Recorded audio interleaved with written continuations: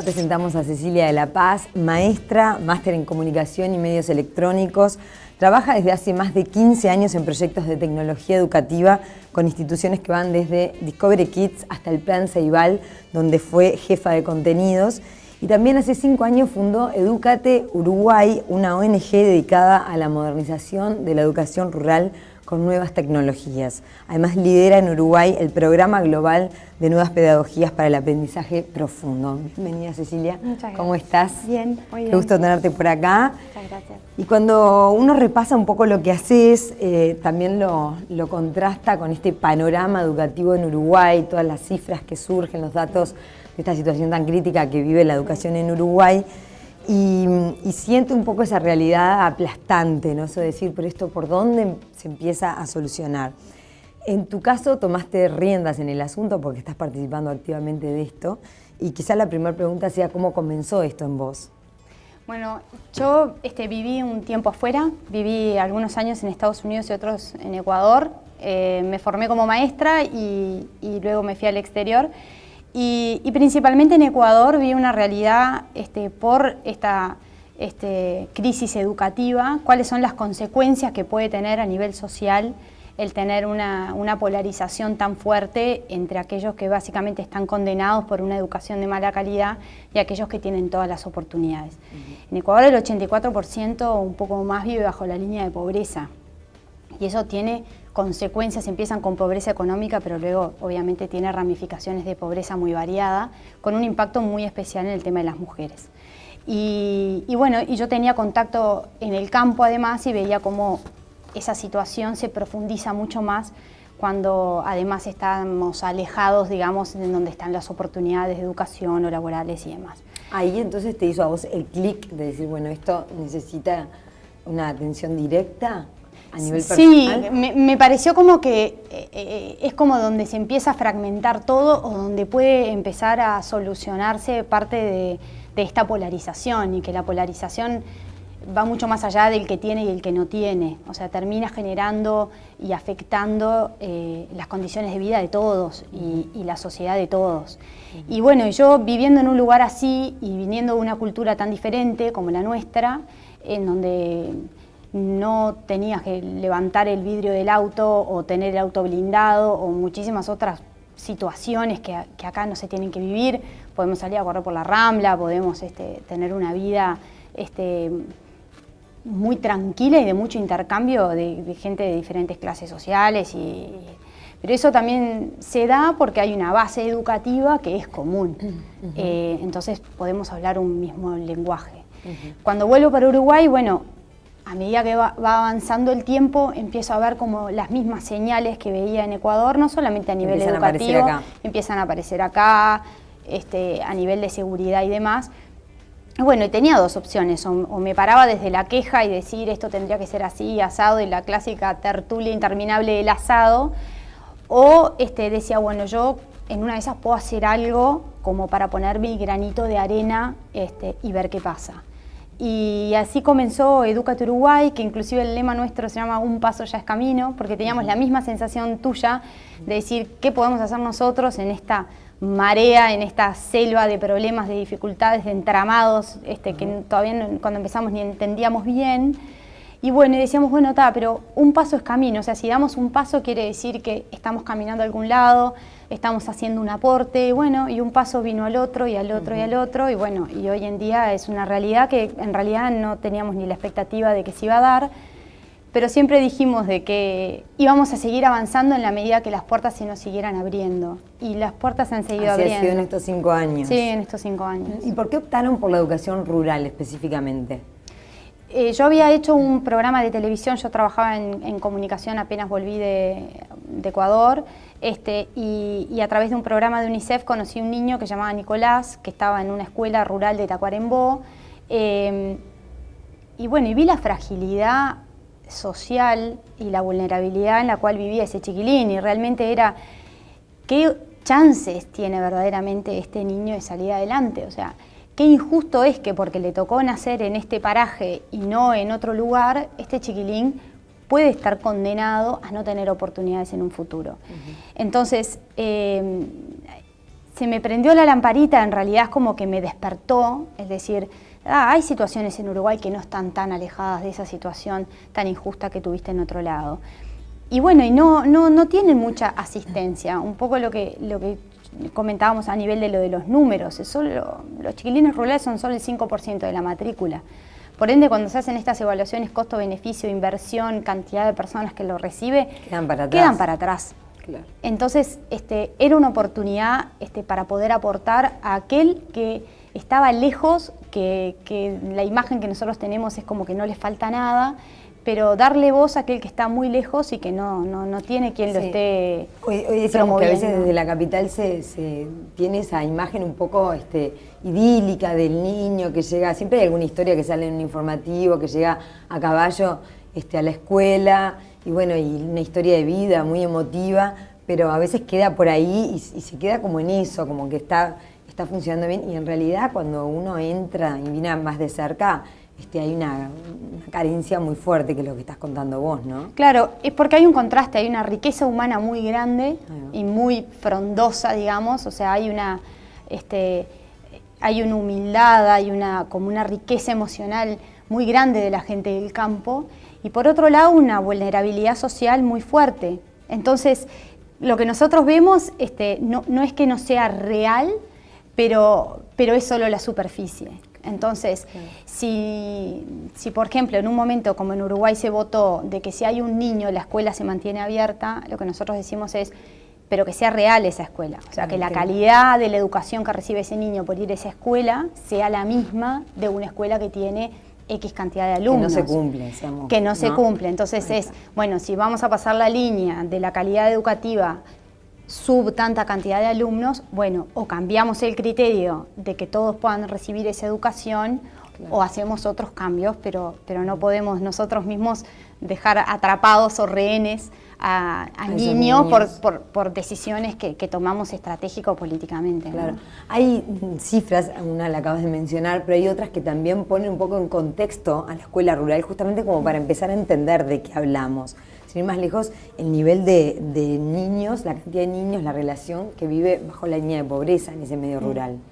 Sí, es bastante fuerte. Estamos acá en pantalla dentro del estudio, están pasando y ya las vamos a compartir, fotos de cuando estuviste en la última conferencia TED en Montevideo, ahí las tienen.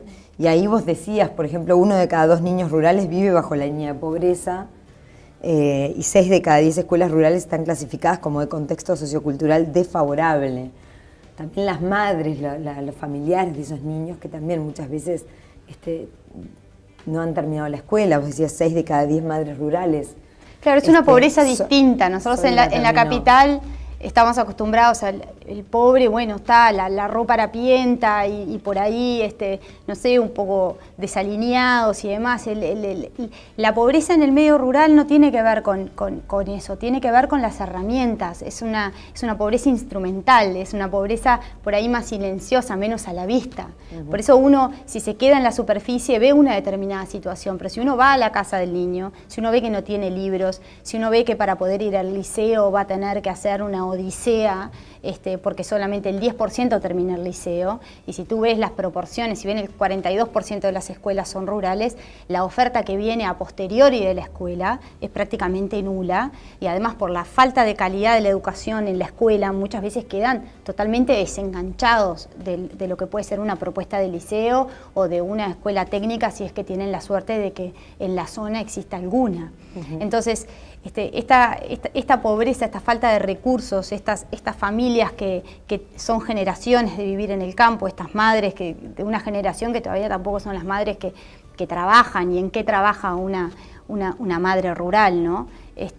Tiene también como consecuencia, porque no es que tiene una familia que lo empuja, que lo tira para adelante. Claro. Pero por otro lado, si uno brinda condiciones mínimas de acceso a recursos, modernización de las prácticas, capacitación docente y demás, el resultado tú lo ves bastante rápidamente. O sea, es como una inversión que por ahí la gente puede decir, pero invertís en escuelas que tienen promedio 13 alumnos. Sí, bueno, pero haces 13 alumnos y de todos los grados, también vale recordarlo, ¿no? Que a veces es un niño de 5, otro de 8, otro de... todos mezclados porque hay un docente muchas veces para todos, y eso también debe de hacer más difícil la tarea del No, y aparte está también maestro. esta otra cosa romántica del maestro rural, que es una de las cosas que también tratamos de desmistificar, y es esta cosa de no, porque son tan abnegados y cambian el vidrio y cocinan y limpian. Bueno, ¿y eso está bien?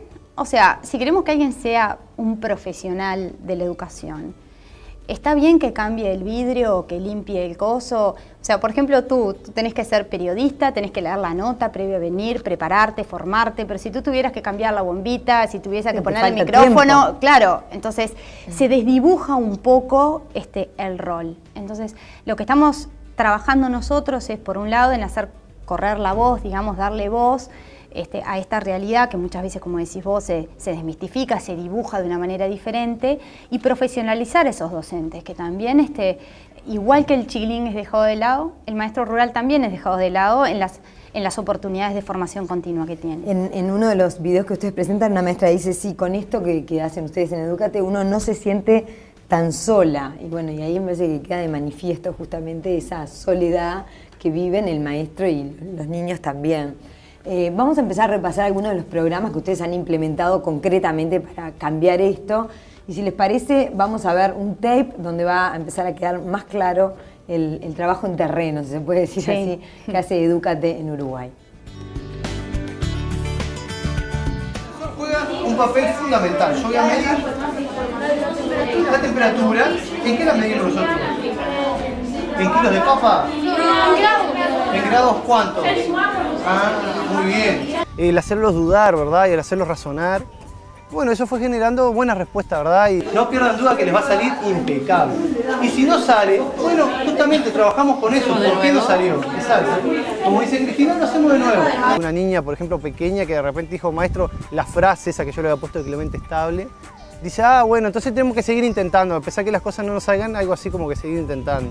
Y que te lo diga un niño que está en inicial o algo, por lo menos vos decís, bueno, en algo le llegué a él, ¿no? Estos proyectos le dan esa oportunidad a la escuela y revalorizan la escuela rural en esa función pedagógica que es tan importante para los maestros y para las comunidades de las escuelas. Montones de veces querés hacer cosas y no teníamos la manera o la forma, o se nos complicaba, o a veces ni siquiera nos imaginábamos. Entonces digo, como que eso de estar con ustedes, de que vienen, de que nos hablan, de que nos muestran cosas, de que nos explican, que los kits que están fabulosos porque tienen todo el material, a veces sí que necesitamos un kit de ciencia, pero era tan, no sé por qué no lo podíamos adquirir. Pero ahora tenemos un video, tenemos la tele, tenemos el pequeño kit para hacer experimentos. Entonces miramos un video, hacemos el experimento, leemos. Y lo que eso genera son un montón de ideas que los propios maestros generan y no están presentes en un manual acerca de cómo utilizar el recurso, aunque de ahí también puede surgir muchas ideas, sino que también esto de generar ideas nuevas. Me hizo pensar en otros tipos de prácticas. Algo que los docentes muchas veces como que lo perdemos, nos habituamos muchas veces a la rutina. Entonces, jugar con la creatividad me parece que es muy positivo. También motiva y genera mucho entusiasmo en los propios docentes. Hubo respuesta de los docentes en las distintas fases de la propuesta, ¿verdad? Desde el compromiso inicial, sostener después las instancias de encuentros y de formación. Estas posibilidades abren un deseo, un plus en ese deseo de enseñar que de algún modo da como una energía nueva, da como un entusiasmo cotidiano diferente. Me sirvió muchísimo porque es como darme un empujón más para, bueno, vamos a trabajar ciencias, vamos a hacernos preguntas, vamos a comprobar.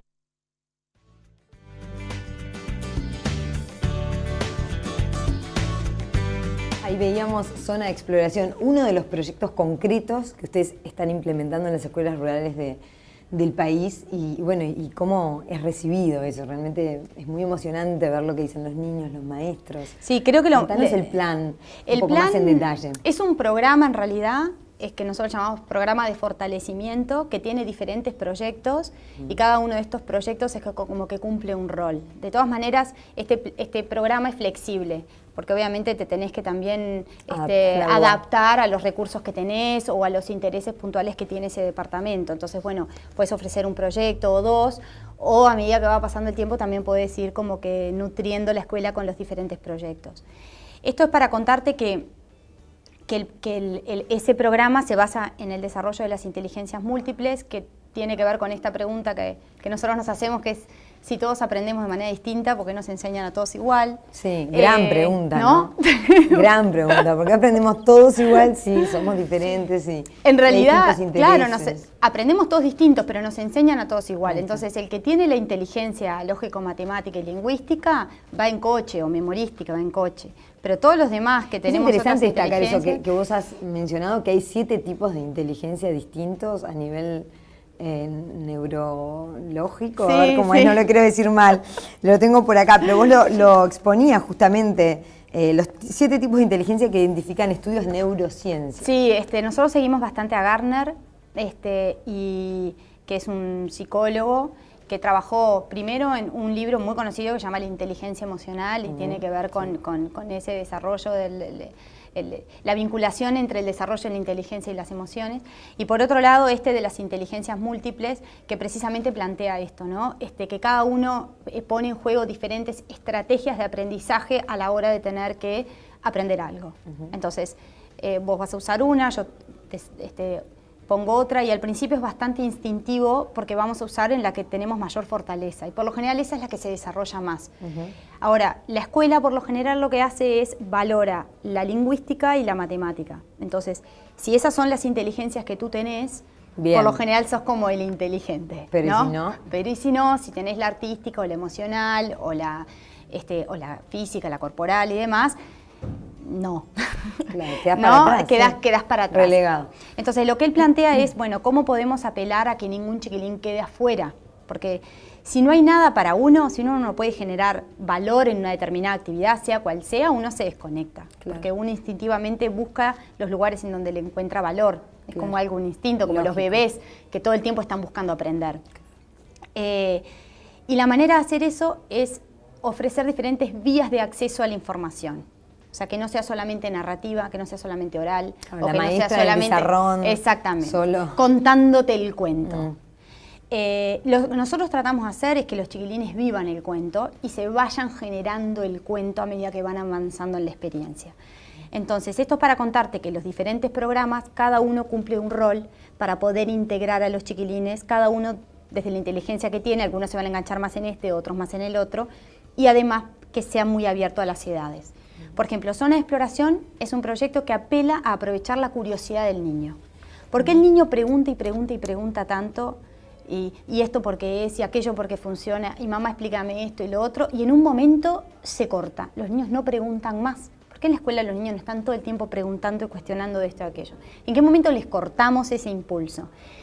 Y al revés, es cómo podemos aprovechar ese impulso de aprender continuamente, que es algo instintivo del ser humano, para poder de ahí disparar los aprendizajes. Y Zona de Exploración ofrece eso. Es un kit de exploración. Una caja. Esa caja que a veces... Abren y ¿qué hay? Abren lupas, y hay lupas, plasticinas, filtros de café, cuerdas, gomitas, cosas que vos decís... ¿Y esto para qué? Claro, y los maestros dicen... Y este es el kit, porque se esperan el mechero, el super microscopio, la probeta. Y el objetivo tiene 2. El primero es que cualquiera lo pueda usar. El único elemento que hay un niño chiquito que no puede usar es la trincheta. Todo lo demás es, por favor, tocar.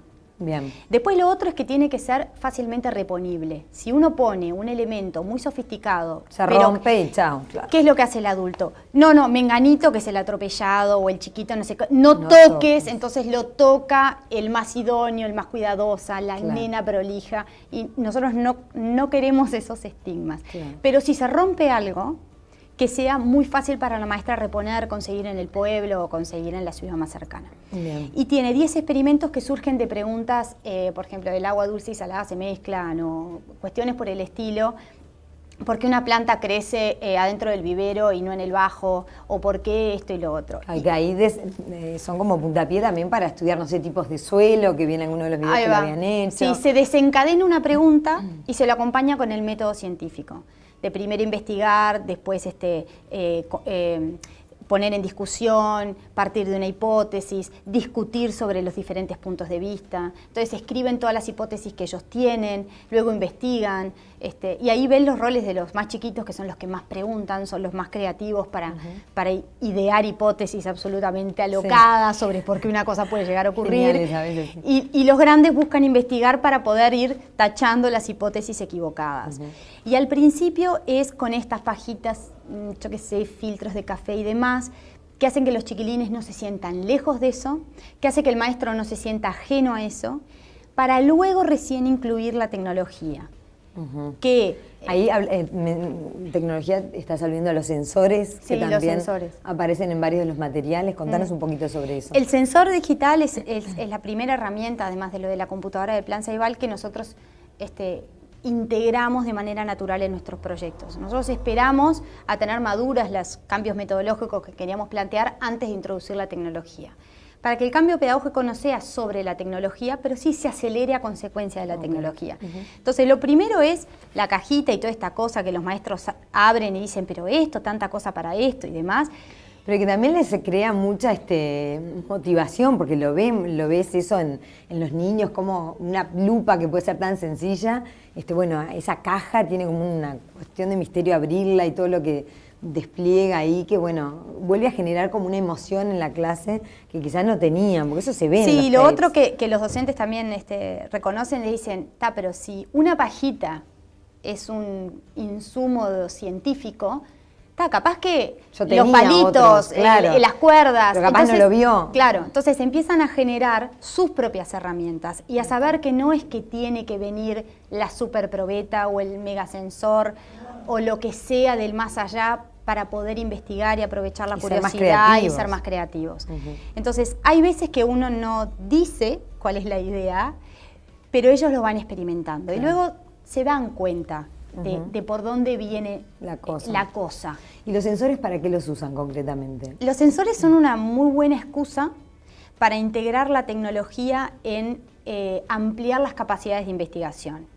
Por ejemplo, en el tema de lo del suelo, bueno, ellos después ven cuál es la influencia del pH o de la temperatura o de la humedad y empiezan a hacer como mediciones adentro del vivero, en el bajo, en la ruta. Con eso, y entonces utilizan las XO para hacer las gráficas. Entonces después ellos hacen talleres con los padres explicándoles por qué ocurre en un lado y no en el otro, y los chiquilines salen de adentro del salón de clase, que es parte del objetivo también, que el aprendizaje no es que ocurre adentro del salón solamente y con aquellos problemas que probablemente te ponían a vos o a mí de, a ver, hay un terreno de tantos metros por tantos otros, o sea, totalmente descolgado de nada que uno pueda vivir. Claro. Y bueno, y nos pasó en varios lugares que nos decían que a la maestra, algún vecino le decía, pero maestra, usted no está dando clase, que sus chiquilines viven afuera, que ahora sus chiquilines viven afuera. Increíble. Y entonces ella decía, no, pero estamos midiendo con los sensores. O generar la curiosidad en la población cercana. De qué hacen nuestros chiquilines con este disco, con este aparato. Y entonces se genera un vínculo del conocimiento que sale de la escuela y del campo que vuelve hacia la escuela, que genera una circulación que positiva. Sí, siempre. muy positiva. Que resignifica el rol de la escuela. Bien, ahí comentábamos proyectos Zona de Exploración, pero hay otros como Ver para Aprender, que también son dignos de comentar. Sí, Ver para Aprender fue el primero de todos, es el primero de todos, es con el que por lo general rompemos el hielo. Es un proyecto que se inspira en uno que yo implementé en Ecuador, de la mano del Discovery Channel, modificado para el currículum uruguayo. Todos estos proyectos tienen vinculación con el programa de primaria. Y básicamente es un televisor, un DVD, o sea, a simple vista, ¿no? Lo mismo que la caja abren y dicen son 3 pajitas, ¿verdad?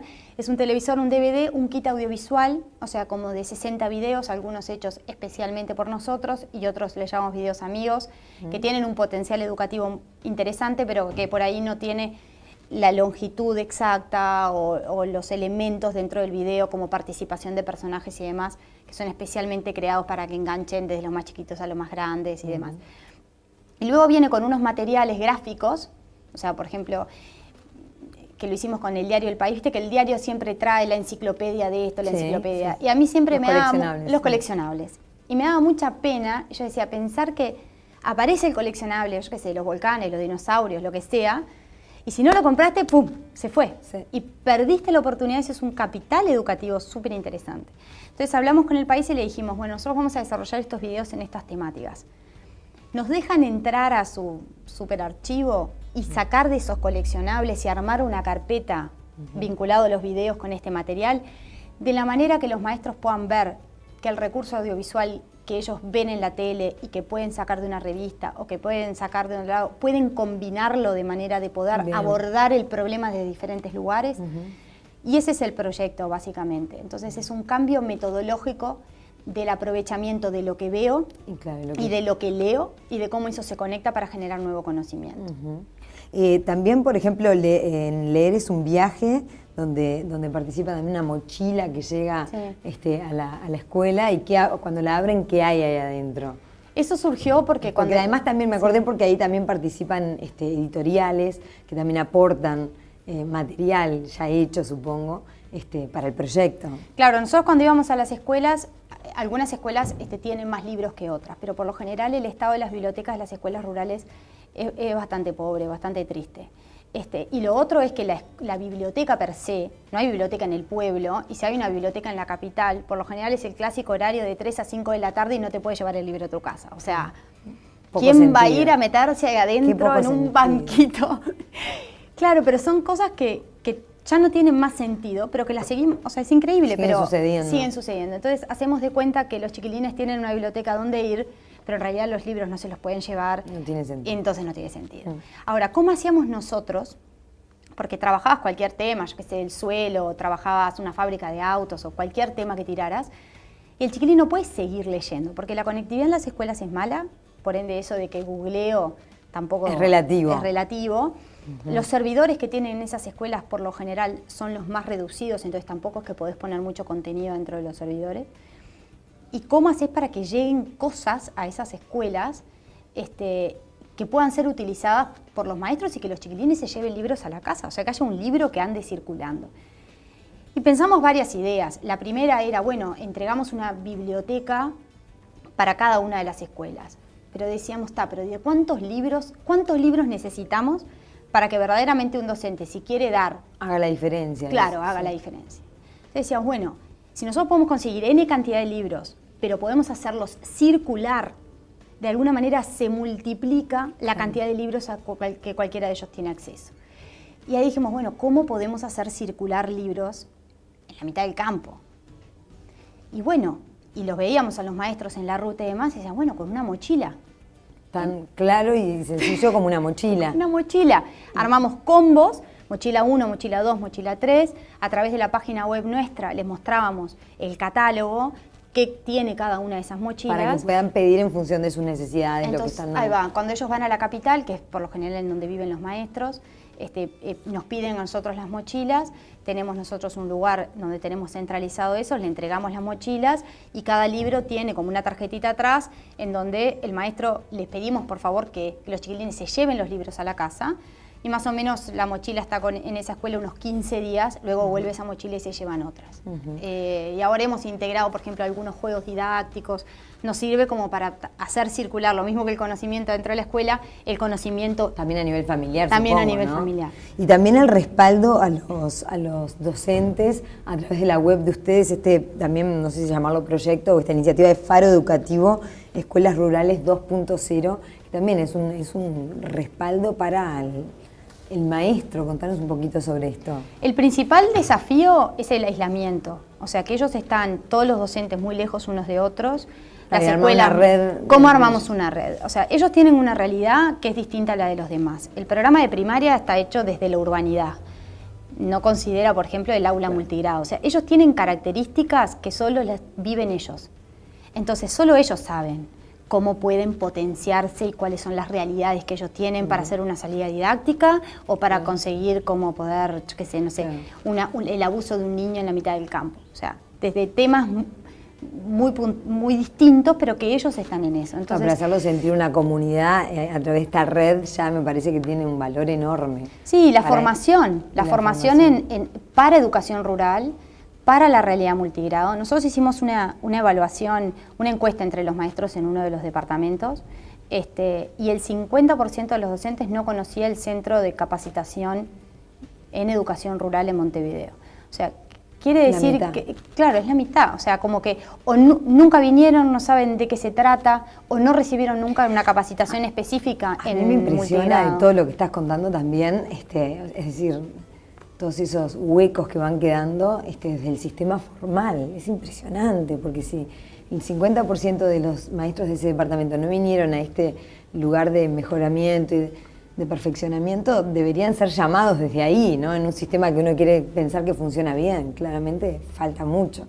Falta un montón. Creo que lo que hay que ver es la oportunidad. Creo que también el rol de los maestros ha cambiado con los años.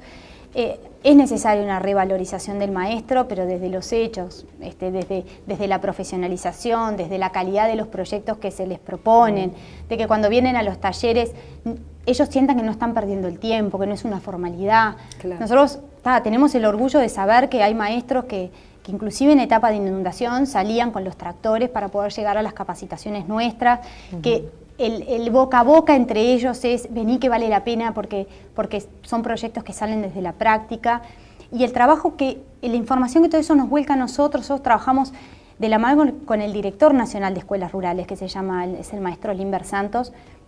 Es un tipo bárbaro, que nunca le puso un freno, si ¿no? Se habían tenido que superar instancias burocráticas para poder llegar a trabajar en estas escuelas. Pero bueno, capaz me lo estás contestando ahora. No, la verdad es que no. Sí, obviamente, y es súper respetable, yo haría lo mismo si fuese padre o maestro de una escuela rural. Primero hay como que cierto voto de confianza que te tenés que ganar. Claro. Y eso me parece que es lógico y absolutamente válido, y además por una población tan vulnerable como son los niños.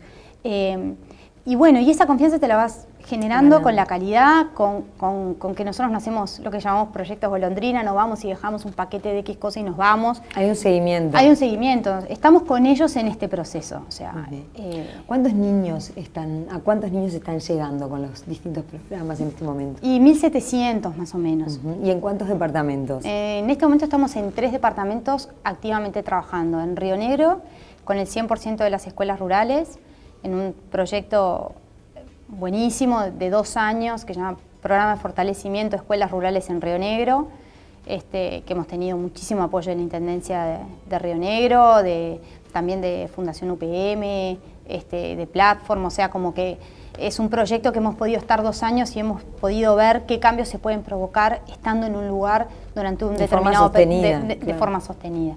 Y después estamos en Durazno y en Florida, que también hace 2 años que estamos allí, y hemos trabajado también en Rivera y en Artigas.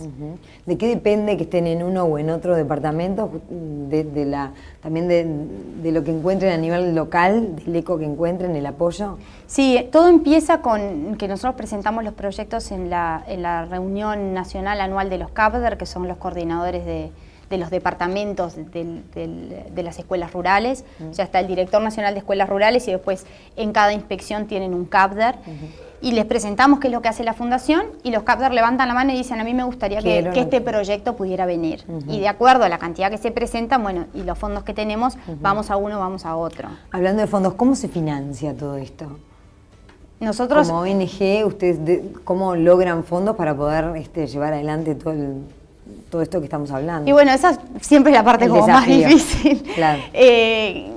No nos podemos quejar, un poco lo que te planteaba al principio, de que vamos haciendo un paso a la vez y dijimos, bueno, mientras las puertas se abran, nosotros seguimos caminando, y como que las puertas se van abriendo, pero siempre obviamente que los fondos son escasos. Nosotros nos apoya una fundación que se llama Platform Foundation desde el principio, y luego hemos tenido el apoyo de Fundación UPM, de la Intendencia. Es una ONG uruguaya, Platform, con fondos del extranjero.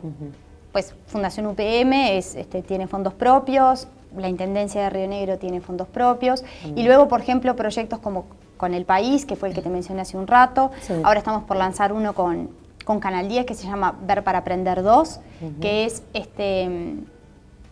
los niños como productores de su propio contenido educativo y audiovisual para trabajar principalmente trabajo colaborativo, comunicación y resolución de problemas. Bien. Porque este trabajo que hacen acá es bien de trabajo colaborativo, uno puede prender la luz, es un equipo. Si no, es imposible llevarlo adelante. Así que ese es un poco el desafío. Hay veces que se necesitan apoyos económicos, lógicamente, y esos son como que a veces los más difíciles de conseguir para poder mover toda la operativa, pero hay veces que también se necesitan apoyos como un vehículo para poder llegar a las diferentes escuelas.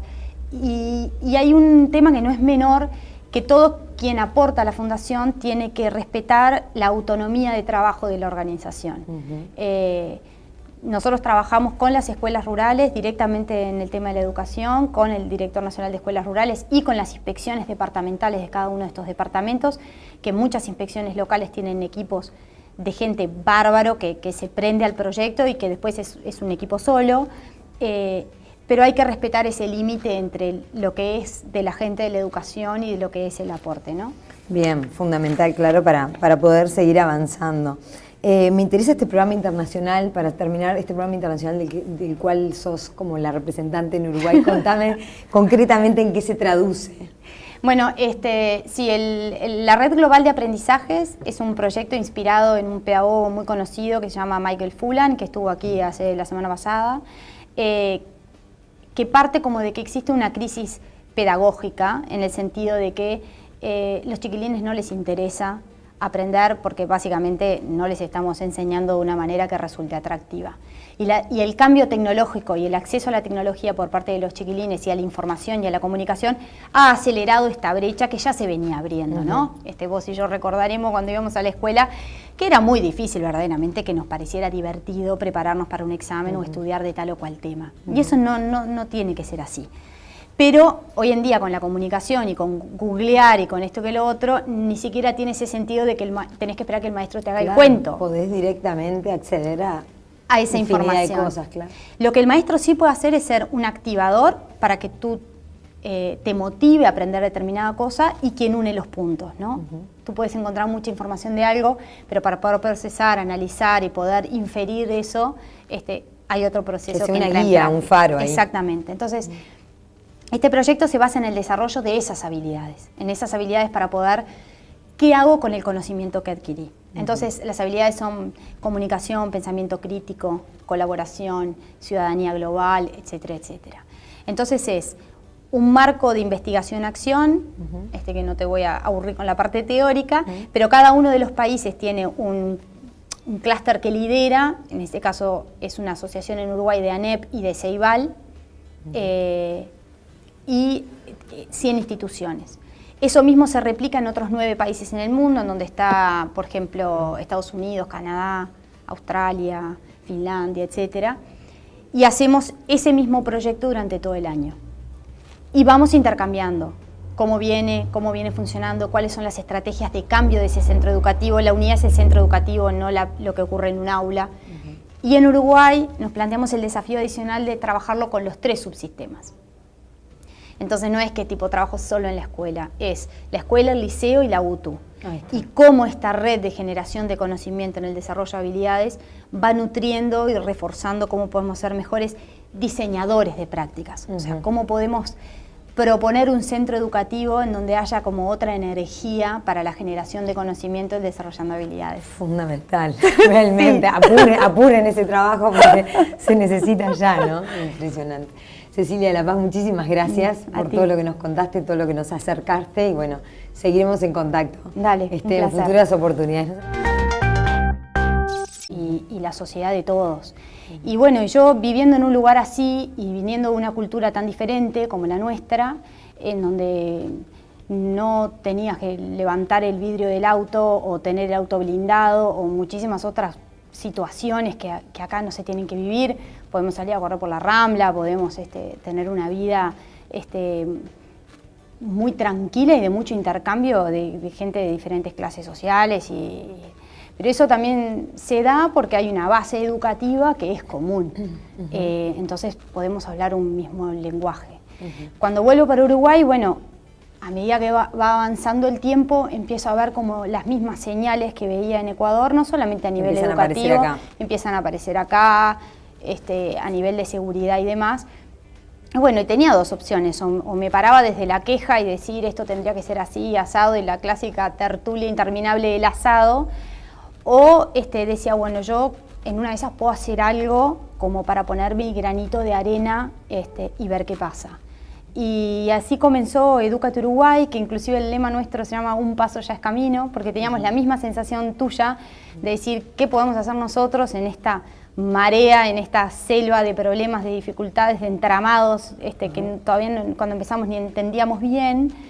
Y bueno, y decíamos, bueno, pero un paso es camino, o sea, si damos un paso quiere decir que estamos caminando a algún lado, estamos haciendo un aporte, y bueno, y un paso vino al otro, y al otro, y al otro, y bueno, y hoy en día es una realidad que en realidad no teníamos ni la expectativa de que se iba a dar, pero siempre dijimos de que íbamos a seguir avanzando en la medida que las puertas se nos siguieran abriendo, y las puertas se han seguido abriendo. Así ha sido en estos 5 años. Sí, en estos 5 años. ¿Y por qué optaron por la educación rural específicamente? Yo había hecho un programa de televisión, yo trabajaba en comunicación apenas volví de Ecuador, y a través de un programa de UNICEF conocí a un niño que se llamaba Nicolás, que estaba en una escuela rural de Tacuarembó, y bueno, y vi la fragilidad social y la vulnerabilidad en la cual vivía ese chiquilín, y realmente era qué chances tiene verdaderamente este niño de salir adelante, o sea, qué injusto es que porque le tocó nacer en este paraje y no en otro lugar, este chiquilín puede estar condenado a no tener oportunidades en un futuro. Y principalmente en Ecuador vi una realidad por esta crisis educativa, cuáles son las consecuencias que puede tener a nivel social el tener una polarización tan fuerte entre aquellos que básicamente están condenados por una educación de mala calidad y aquellos que tienen todas las oportunidades. En Ecuador el 84%, un poco más, vive bajo la línea de pobreza, y eso tiene consecuencias, empiezan con pobreza económica, pero luego obviamente tiene ramificaciones de pobreza muy variada, con un impacto muy especial en el tema de las mujeres. Y bueno, y yo tenía contacto en el campo además y veía cómo esa situación se profundiza mucho más cuando además estamos alejados, digamos, de donde están las oportunidades de educación o laborales y demás. Ahí entonces te hizo a vos el clic de decir, bueno, esto necesita una atención directa a nivel personal. Sí, me pareció como que es como donde se empieza a fragmentar todo o donde puede empezar a solucionarse parte de esta polarización, y que la polarización va mucho más allá del que tiene y el que no tiene, o sea, termina generando y afectando las condiciones de vida de todos, seguro. Entonces, se me prendió la lamparita, en realidad es como que me despertó, es decir, hay situaciones en Uruguay que no están tan alejadas de esa situación tan injusta que tuviste en otro lado. Y bueno, y no tienen mucha asistencia, un poco lo que comentábamos a nivel de lo de los números, los chiquilines rurales son solo el 5% de la matrícula. Por ende, cuando se hacen estas evaluaciones costo-beneficio, inversión, cantidad de personas que lo recibe, quedan para atrás. Claro. Entonces, era una oportunidad para poder aportar a aquel que estaba lejos, que la imagen que nosotros tenemos es como que no les falta nada, pero darle voz a aquel que está muy lejos y que no tiene quien lo esté Hoy decíamos que a veces desde la capital se tiene esa imagen un poco idílica del niño que llega, siempre hay alguna historia que sale en un informativo, que llega a caballo a la escuela, y bueno, y una historia de vida muy emotiva, pero a veces queda por ahí y se queda como en eso, como que está funcionando bien, y en realidad cuando uno entra y viene más de cerca, hay una carencia muy fuerte, que es lo que estás contando vos, ¿no? Claro, es porque hay un contraste, Ya presentamos a Cecilia de la Paz, maestra, máster en comunicación y medios electrónicos.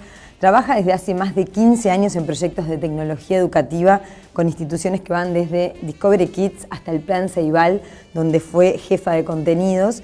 Y también hace 5 años fundó Edúcate Uruguay, una ONG dedicada a la modernización de la educación rural, con nuevas tecnologías. Además lidera en Uruguay el Programa Global de Nuevas Pedagogías para el Aprendizaje Profundo. Bienvenida, Cecilia. Muchas gracias. ¿Cómo estás? Bien, muy bien. Qué gusto tenerte por acá. Muchas gracias. Y cuando uno repasa un poco lo que haces, también lo contrasta con este panorama educativo en Uruguay, todas las cifras que surgen, los datos de esta situación tan crítica que vive la educación en Uruguay.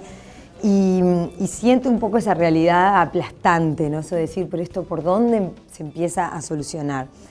En tu caso tomaste riendas en el asunto porque estás participando activamente de esto y quizá la primera pregunta sea ¿cómo comenzó esto en vos? Bueno, yo viví un tiempo afuera, viví algunos años en Estados Unidos y otros en Ecuador. Me formé como maestra y luego me fui al exterior.